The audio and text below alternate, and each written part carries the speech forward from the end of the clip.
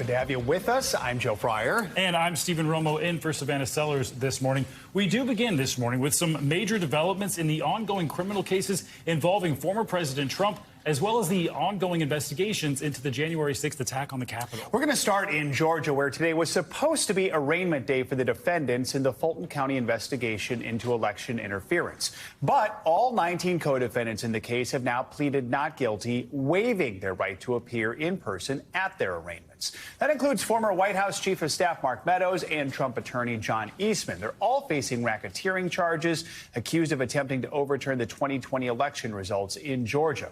Former President Trump has denied any wrongdoing and has also pleaded not guilty. He did that last week to the 13 charges against him. We're going to talk to NBC News legal analyst Danny Savalas about all this in a moment, but let's start with MSNBC anchor Katie Fang in Atlanta this morning. So what was supposed to be a day of arraignments, a parade of perhaps 19 defendants in the Fulton County RICO indictment case, has actually turned out to be a day of a different kind of hearing. So all 19 of those defendants have filed written waivers. What does that mean? It means that they don't actually have to appear for their arraignments today. They said, I am not guilty. I want to go to trial. But that's the big question that's going to be answered today, hopefully by Judge McAfee, the presiding judge, at 1 o'clock. Judge McAfee ordering the DA's office as well as counsel to show up to address the fact that there are pending motions to sever. And that means that a lot of these defendants, 6 of them to be exact at this time, do not want to be tried with either the other defendants in this case or actually in the case of Kenneth Chesebro by and between himself and specifically Sidney Powell. Now, why are Ken Chesebro and Sidney Powell's names so particular? Well, they are the only 2 so far who have filed a demand for speedy trial, basically saying, I am ready to go. I don't need any more time. I don't need to continue this case for any longer. But there's only one trial date that has been set so far. That's on October 23rd. That's literally right next month, and that is for Kenneth Chesebro. But we should hear from the judge after today. Timing. When are the rest of the defendants going to be set for trial? And even more importantly, will they be tried together? As you can imagine, a trial of 19 defendants would take a very long time. And DA Fani Willis saying, I'm ready to go. I'm able to do it. But Judge McAfee, he's the one who controls the pace and the timing of the things in his courtroom. So we'll see what he decides to do. All right, Katie, thank you so much. Let's bring in NBC News legal analyst Danny Savalas for more on this. So, Danny, no surprise, we've got 19 not guilty pleas. What happens next? Is this the time where we could maybe see some of these defendants try and get plea deals? And now chaos. And here's what I mean. We're going to have multiple trial dates. You have defendants who are already trying to sever, and there will be more that try to sever. This case is currently proceeding in not just 2 different courts, 2 separate sovereigns in both federal and state court. And there's a chance that part of the case may end up in federal court. All of it might end up in federal court. And imagine the complexity there of taking all 19 defendants and all their motions and pushing them up to federal court, where you now apply the federal rules of procedure as opposed to the state rules of procedure. This case is only beginning to enter the maelstrom of procedural messiness. It's going to be, frankly, really difficult to follow. Just take a look. We're only a month in, and you have defendants who are demanding a speedy trial in October, which is no way that's going to happen. Even if it starts, jury selection is going to take months. And the only reason I say that is there's currently a RICO case in Fulton County of a much lesser-known defendant, although somewhat high profile. That one's been in jury selection for 8 months. Now, even if that's an anomaly, yeah, that's right. Not trial, not testimony, jury selection. Wow. State courts are not federal courts. They simply do not run as fast and efficiently as federal courts. So I can't even picture what procedurally these cases are going to look like when it's all said and done. And speaking of the federal level, we mentioned there are new developments on the January 6th front. Opening statements set to happen today for the case against former Trump advisor Peter Navarro. He's charged with contempt of Congress after ignoring subpoenas from the January 6th committee. He actually spoke to reporters on this. Let's hear what he had to say, and we'll talk to you on the other side. Before the first juror is even seated, I've effectively been stripped of most of the possible defenses in this case. And that's exactly why I believe, and as I have said from the beginning, that this case is headed inexorably towards the Supreme Court. Now, he went on to say this is about the separation of powers and about executive privilege. Does he have a point there? And could this make it to the Supreme Court, which he also said? He may be right. I mean, this is a totally different situation. Remember, I told you the Fulton County case could take years. This case will take 1 day, maybe 2. Why? Because the burden of proof is so simple. You could do this in what's called a stipulated trial.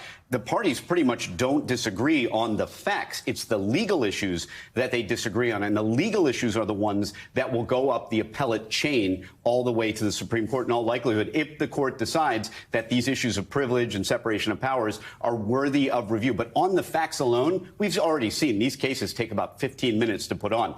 Did you get a subpoena? Yeah, I did. Did you comply with it? No, I didn't. Those are the facts. The legal issues, those are another thing. Danny, very quickly, I want to ask you about something related to January 6th. We saw the longest sentence handed out tied to the attack on the Capitol. Enrique Tarrio, former leader of the Proud Boys, 22 years. What's your takeaway there? The government had asked for 33 years, which is not uncommon for the government to ask high and maybe hope for the middle. It's a kind of negotiation, ultimately. The sentencing guidelines were really in the stratosphere. It sounds crazy, but 22 years in a way was not as bad as it could have been. But at the same time, if the court's mission is to avoid unwarranted sentencing disparities, given that the highest other sentences were 17 and 18 years, this one was 22. Is that a major disparity? Probably not. It's probably within the heartland of the other sentences. But then again, every defendant was different. All right. Danny, thank you so much. Well, the impeachment trial against suspended Texas Attorney General Ken Paxton is underway. Paxton pleaded not guilty to 20 articles of impeachment, and that includes charges of corruption, abuse of the public trust, and lying on official records. Now, the Texas State Senate will decide whether or not to remove him from office. NBC News senior legal correspondent Laura Jarrett has the latest. He's faced allegations of corruption for years, but always maintained his innocence. Now, the Attorney General of Texas is facing his most serious challenge yet. Embattled Texas Attorney General Ken Paxton fighting for his political survival at a rare impeachment trial. Some of the evidence that you're going to hear is shocking. With fiery opening statements rounding out day one. What is being attempted here hasn't happened in our state in 100 years. The conservative firebrand suspended after the Republican-controlled State House voted to impeach him back in May. The state Senate now deciding whether he should be permanently removed from office. Paxton's been accused of misusing his powers to help a local real estate developer's struggling business in exchange for free home renovations. House impeachment managers say that same developer was helping Paxton cover up an alleged affair. Those allegations are offensive and false. The Attorney General pleads not guilty. The Attorney General formally pleading not guilty to 16 articles of impeachment. For God's sakes! What are we doing here? It's a dramatic turn for Paxton, known for his lawsuits against the Biden and Obama administrations over health care and immigration. And while he's been dogged by investigations for years, voters in Texas reelected him twice. At the end of the day, Mr. Paxton wasn't the man they thought he was. His political future now in the hands of the state's 31 senators, 19 of them Republican, one his own wife, sitting at trial but barred from deliberating, and some familiar faces reportedly on the list of potential witnesses, including Paxton's 2022 challenger, George P. Bush, and political strategist Karl Rove. Paxton's trial in the Senate is expected to last roughly 2 weeks. He will not have to testify. Back to you. All right, Laura, thank you. The legal team for convicted murderer Alec Murdoch says it has uncovered evidence of jury tampering at his murder trial. That's according to the latest motion filed in court yesterday. They're now seeking a new trial for the once prominent South Carolina lawyer who was convicted this year of killing his wife and son. NBC News correspondent Kathy Park has the latest details.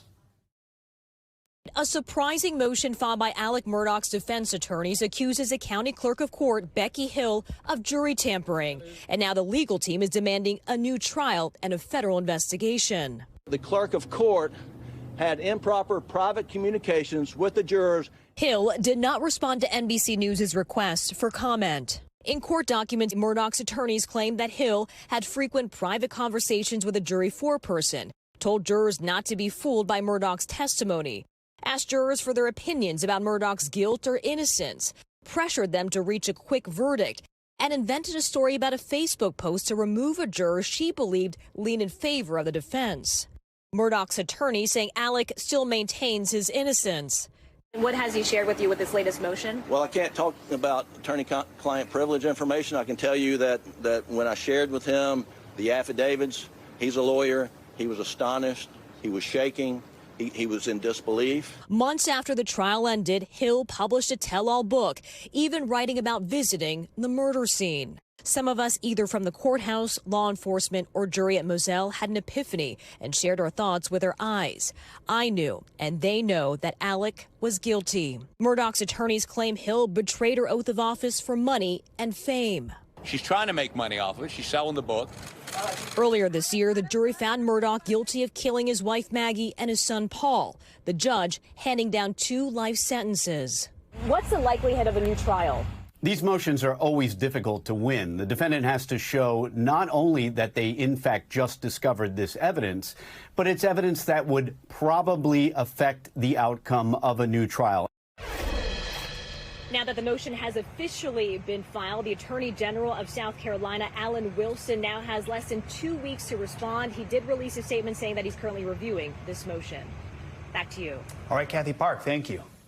To Alabama now, a panel of 3 federal judges have again rejected the state's congressional map. Yesterday, the federal court ruled the Republican-created map defied an explicit order from the Supreme Court to create 2 majority-black districts. Now, the federal judges say they will draft new congressional lines after lawmakers refuse to create a 2nd district where black voters are the majority, at least came close to comprising a majority. The Alabama Attorney General says the state plans to appeal that ruling.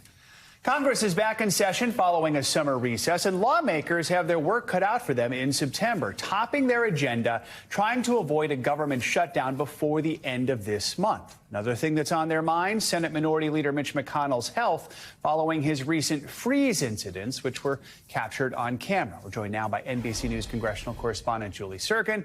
Julie, good morning. So let's start with Senate Minority Leader McConnell. It was just last week he appeared to freeze on camera for the 2nd time this summer.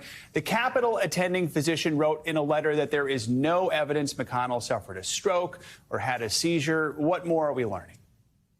Yeah, sort of to combat a lot of speculation coming not only from members of the press, but also the public who saw McConnell freeze up at these 2 very public events, both in front of reporters, and thought that maybe there was something more to his medical story after he suffered that fall in March that knocked him out of the Senate for more than a month as he suffered a concussion and some broken ribs.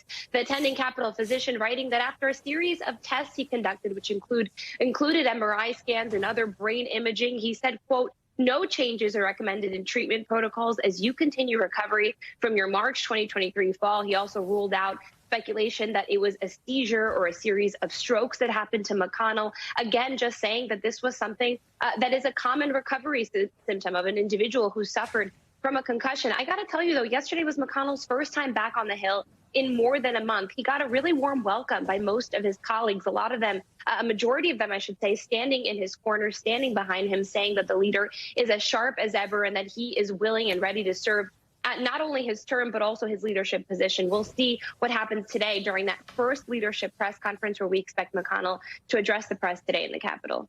All right, let's talk about some of the business at hand on Capitol Hill. Break down what are some of the top priorities for lawmakers and really some of the biggest obstacles to getting those things passed. It's so interesting, Joe, because obviously the House is not back yet. They're back next week. Senate Republicans, though, are kind of putting this problem on House Speaker McCarthy, and that problem is, of course, to fund the government. They're saying they're not going to help House Republicans try and negotiate some lower spending levels than Speaker McCarthy and President Biden already agreed on when they passed the debt ceiling at the end of May. So what's on the table here now? Well, Congress has to fund the government by the end of this month. It's not clear they're going to get that done, right? The question now is, will they be able to pass a short-term funding bill? The date of which that ends is yet unknown. That's something House conservatives are currently trying to figure out with House Speaker McCarthy. But also on the table is the question of Ukraine aid, of disaster funding. Those are 2 things, remember, that President Biden and administration want to tie together, and they want to make sure is passed with any kind of increase to keep the government funded and to keep it open. Certainly conservatives, including in the Senate, including Senator Rick Scott, don't want those two things paired. They don't want to see Ukraine aid move along with disaster aid, which is usually a bipartisan issue. It affects both red and blue states, as unfortunately we've seen with the natural disasters in the last couple of weeks. Not only that, but also to reauthorize the FAA, the Farm Bill. So much on Congress's agenda. We'll see if they get it done in time. We'll be talking about all those issues a lot over the next few weeks. Julie, while we have you, one more thing I quickly want to ask you about. That's Tennessee state lawmaker Gloria Johnson, who announced her run for Senate yesterday. Remember, she was one of the Tennessee Three, those 3 Democrats who were reprimanded earlier this year for leading protests against gun violence on the state house floor. What should we know about her run? Exactly. This is major. This is somebody who is trying to take on the current incumbent, Senator Marsha Blackburn. She, of course, is a Republican. Gloria Johnson, in her campaign announcement yesterday, hitting Blackburn on her record for not supporting gun reforms, not supporting some of those reforms that Johnson and members of those Tennessee Three were pushing in Tennessee. Remember, they went there after that school shooting. It'll be an interesting campaign. Certainly Tennessee, though, a ruby red state. All right, Julie, thank you so much.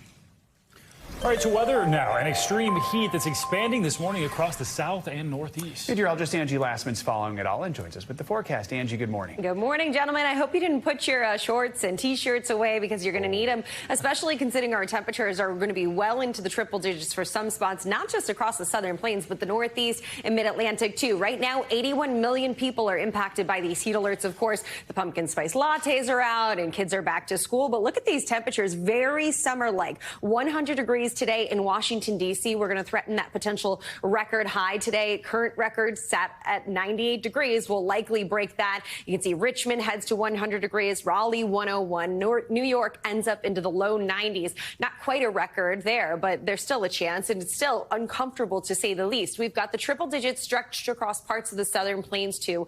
This is a look at tomorrow's afternoon highs. Dallas 105, that would beat the record of 104 for tomorrow. Del Rio at 103. Houston heads to 102. We'll look across parts of the Gulf Coast to Mobile. 96 degrees is your expected high tomorrow. And even from Pennsylvania down to parts of Georgia, we are talking mid-90s with the potential to break some records. Notice the cooler air is focused across parts of the Midwest as a cold front works through the day today. That'll leave some unsettled with some rain, but we'll finally get back to more seasonal conditions along parts of the Northeast and Mid-Atlantic. But we've got to wait until really the end of the weekend in some spots. Look at Richmond, into the 90s through Friday, Saturday, mid-80s. Sunday, finally, we're starting to see those temperatures dial back. New York actually ends up back into the low 80s by Sunday, but we've got a long haul of these warm temperatures. You look a little farther to the west, guys, across the Midwest, and things are much different. Low 70s on Friday for Chicago, upper 70s Saturday and Sunday. Cleveland hangs out into those low 70s. Just one note, of course, it's warm, but that cold front that's going to bring the relief to folks in the Midwest, it is going to leave the potential for some heavy rain across parts of the northern Great Lakes today, and we could see some strong storms stretch down through parts of the south as well. But summer not going away anytime soon, apparently. But some of those areas you could have a pumpkin spice latte and not feel terribly strange. Yes, it's true. It's true. All right. Thanks, Angie. Appreciate it. Thanks for watching. Stay updated about breaking news and top stories on the NBC News app or follow us on social media.